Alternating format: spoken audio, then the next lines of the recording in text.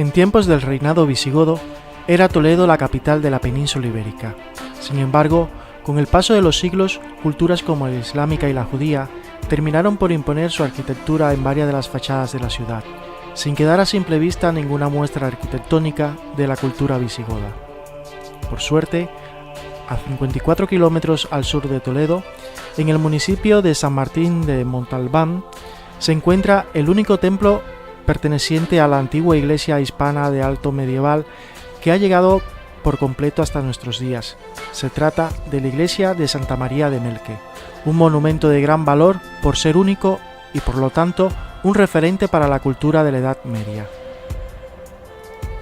Su importancia no solo radica en su monumentalidad y belleza, sino por formar parte de un entorno en que la naturaleza y el patrimonio comparten una historia en común que se remonta a la Alta Edad Media y que no ha dejado de evolucionar en el transcurso de los siglos. Por toda la región se puede encontrar vestigios de la presencia de una quinta romana muy anterior a la construcción del monasterio, de la cual aún se aprecian los restos de 5 presas que embalsan las aguas de 2 arroyos cercanos. Resulta que su ubicación está próxima al cruce de 2 caminos naturales que antiguamente formaban parte de la Vía del Plomo, concretamente los itinerarios romanos de Tarragona a Mérida y de Ávila a Córdoba, por lo que en toda la zona abundan viejas minas romanas y también varias cuevas de formación natural.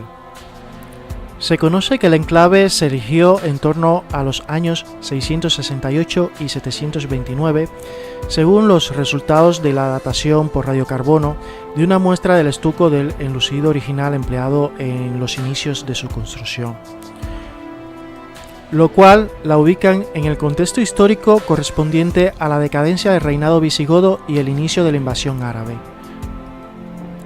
No obstante, la etimología del topónimo de Melque puede arrojar una sospecha sobre quién fue el fundador del conjunto monástico.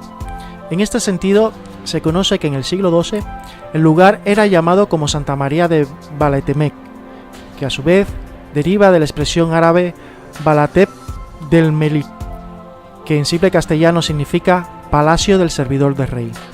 Los investigadores sugieren que este anónimo servidor del rey probablemente sea un noble de la corte visigoda de nombre Nicolao, que tras morir, su hijo Evantio dedicó una magna construcción funeraria. Para ello se apoyan en las pruebas documentales de 3 composiciones poéticas que el gran poeta de la corte, San Eugenio, dedicó a Nicolao. Se da la circunstancia que Santa María de Melque fue construida en sus orígenes no como un simple conjunto destinado a servir de lugar de enterramiento, sino en función de una sepultura privilegiada, un panteón monumental de un gran personaje del reino visigodo. Este enterramiento privilegiado se halla situado en el arcosolio alojado en el muro sur de la iglesia. Arcosolio es un término que significa arco y sarcófago. Es en definitiva un lugar con forma de arco en donde se aloja un sarcófago. Y muy probablemente se reutilizará en Melque algún sarcófago de la época paleocristiana, como era de costumbre entre la aristocracia visigoda. La iglesia contó con una rica decoración de estuco, un caso particular aunque no único en los edificios visigodos. Esa práctica del oriente bizantino era también conocida en Occidente, pero solo se utilizaba en construcciones excepcionales. Esto demuestra que intervinieron artesanos formados en la tradición bizantina, con lo cual parece muy evidente que el promotor de Melque fue alguien de la familia real o un miembro de la más alta nobleza visigoda. El amplio desarrollo en molduras y arcos, unido a la presencia de altares, canceles y telas, otorgó al edificio un aspecto muy diferente al que vemos en la actualidad. La iglesia debió de contar con otros elementos ornamentales como telas litúrgicas, lámparas y vasos sagrados. En cuanto a su estructura, el edificio tiene forma de planta cruciforme y un pórtico a los pies. Fue construida aprovechando una elevación ubicada en el centro del recinto y se utilizó sillares irregulares de granito que fueron ensamblados en seco. Al poco tiempo de su construcción se llevaron a cabo importantes reformas. como la creación de las habitaciones ubicadas al noreste del templo y los muros del patio. Uno de estos cambios más significativos fue el añadido de un recinto conformado con nichos en el lado occidental de la planta norte del crucero, cuya finalidad es objeto de debate. Por una parte, se ha supuesto que podría tratarse de un claustro o receptáculo de reliquias, y por otra parte, otros creen que su funcionalidad era de servir como osario de la comunidad monástica, debido al reducido tamaño del recinto, así como su situación junto a la necrópolis de la comunidad. Esta idea es también posible, pues quizás dicha necrópolis fuera en realidad un pudridero de la comunidad, del que posteriormente, una vez desencarnados los cuerpos, los restos fueran retirados para ser colocados en los nichos de esta estancia. Esta era una práctica bastante extendida entre los monasterios del sur de Alemania y de Austria. La llegada de los musulmanes a la península en el 711 puso fin al reino visigodo de Toledo. Sin embargo, no terminó inmediatamente con este núcleo monástico, pues continuó con su vida como era de costumbre, aunque no le quedó más remedio que adaptarse a la nueva y difícil realidad política.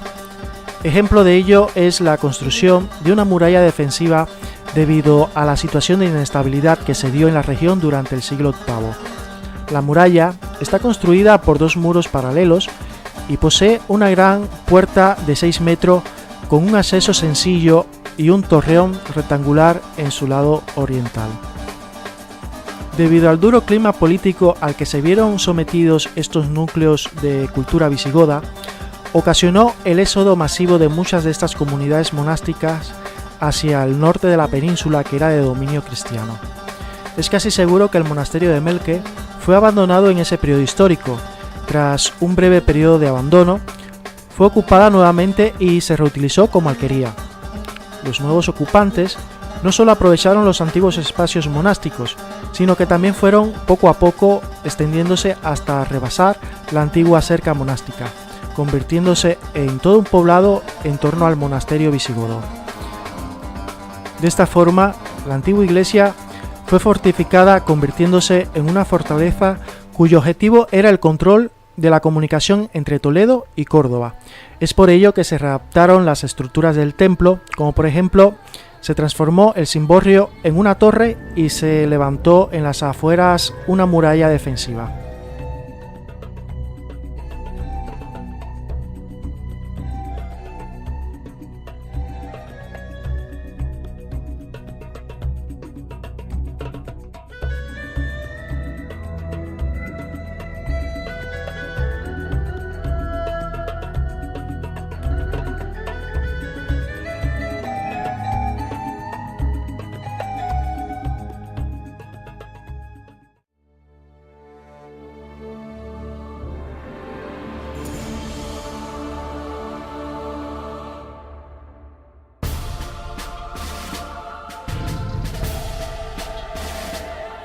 En el año 1085, cuando se conquista Toledo por el rey Alfonso VI de Castilla, el templo recupera su función litúrgica, pero a la vez también se utiliza como fortaleza militar.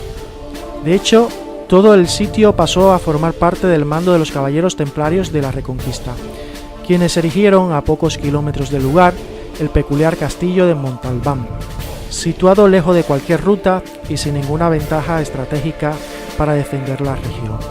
Pero efectivamente, la iglesia Santa María de Melke y el castillo de Montalbán fueron una de las más importantes encomiendas de la Orden del Temple. Con el paso de los siglos, deja de tener una utilidad militar y aparece mencionada en diferentes documentos históricos, en lo que constan como una ermita rural a la que peregrinaban una vez al año los vecinos de la Puebla de Montalbán. En el año 1968, la Diputación Provincial de Toledo adquiere el monumento y a partir de ese momento comenzaron las obras de rehabilitación de todo el edificio y, por supuesto, se llevaron a cabo una serie de trabajos arqueológicos para documentar su dilatada historia y las diferentes etapas en la ocupación del conjunto desde la época visigoda hasta la actualidad. Existe una leyenda que envuelve de misterio el enclave de Santa María de Melke. Se trata de la leyenda de la Mesa de Salomón. Para entender toda la trama argumental que enmarca esta leyenda, es necesario realizar un breve génesis de un pueblo que llegó del norte, los visigodos.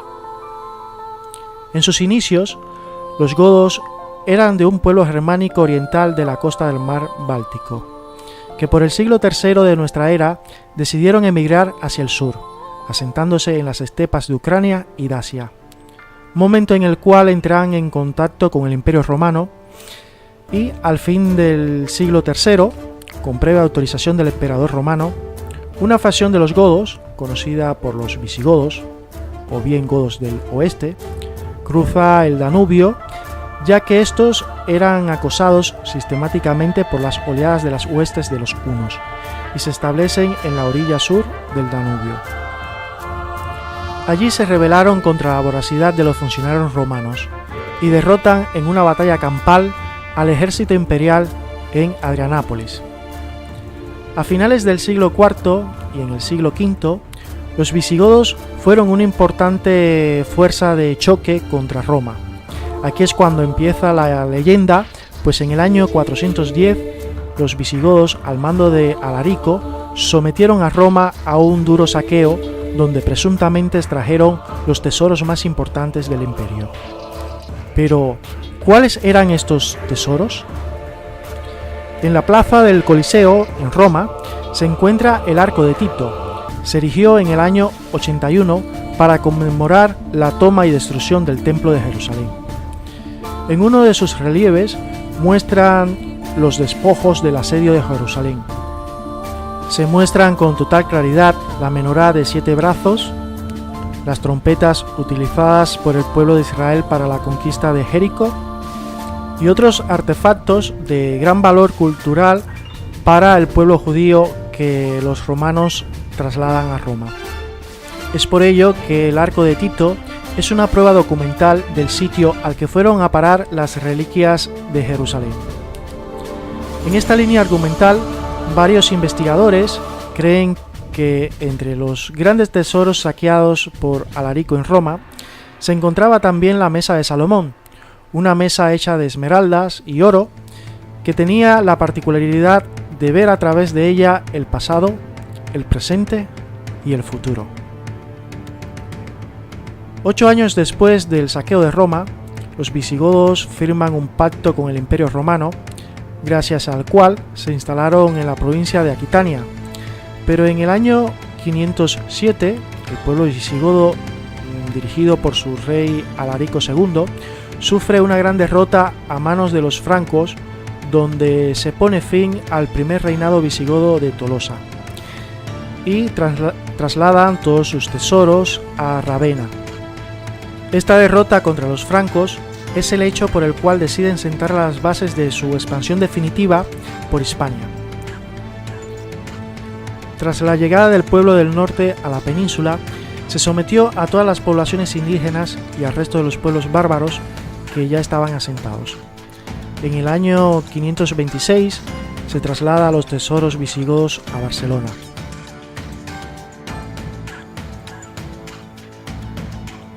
En el año 589, los visigodos pasan a ser convertidos al catolicismo y establecen su capital en la ciudad de Toledo. Y el tesoro de Barcelona, en el que supuestamente también se encontraba la Mesa de Salomón, se traslada a la ciudad del Tajo. Y desde entonces, los visigodos crean un reino que servirá de referente político y cultural de toda la España medieval. Con la conquista musulmana se pierde todo rastro de la Mesa de Salomón, que posiblemente formará parte de una gran maniobra de ocultación de todo el tesoro real a manos de un clan visigodo para evitar que cayeran así en manos del invasor musulmán y de otros clanes rivales. Algunos investigadores señalan al clan de Witiza como el encargado de llevar a cabo esta ocultación de tesoros. Se conoce que el clan se alió con las fuerzas árabes ya que tenía la esperanza de ser restituido en la corona, cosa que no llegó a pasar, pero en cambio recibieron en forma de pago ciertas fincas y varios terrenos en la parte de los montes de Toledo. Entre los años 1858 y 1861 se descubre el tesoro de Guarrazar, en la localidad de Guadamur, y que además están unidos por un antiguo camino secundario romano. Por todo ello, varios investigadores suponen que la iglesia de Santa María de Melque fue durante un tiempo custodio del tesoro que incluiría la mesa de Salomón.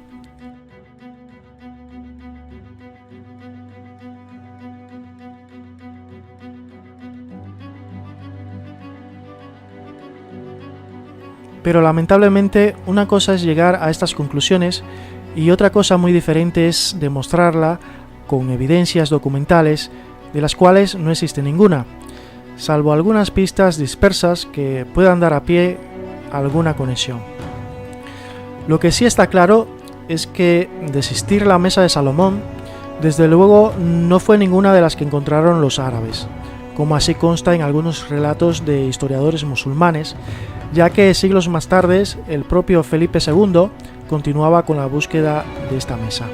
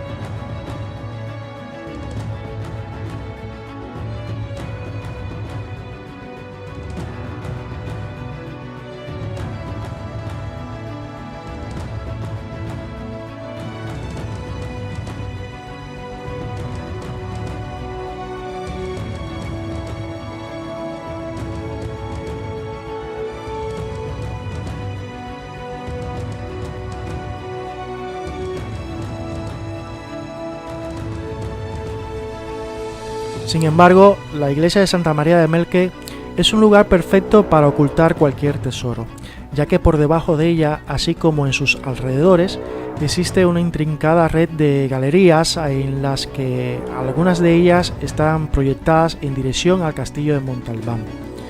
La tradición oral del lugar cuenta cómo algunos pastores perdían alguna de sus ovejas en Montalbán y aparecían misteriosamente en las proximidades de la iglesia de Santa María de Melque.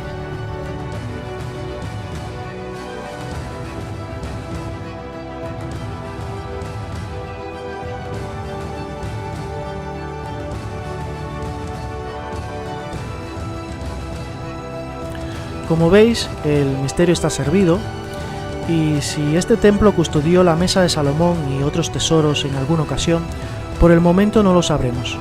No hay pruebas documentales de que así fuera, pero en el fondo creo que a todos nos gustaría pensar de que fuera así, de que aún hoy esté por ahí bien oculta la mesa de Salomón, en una de esas galerías romanas en las inmediaciones de Melque.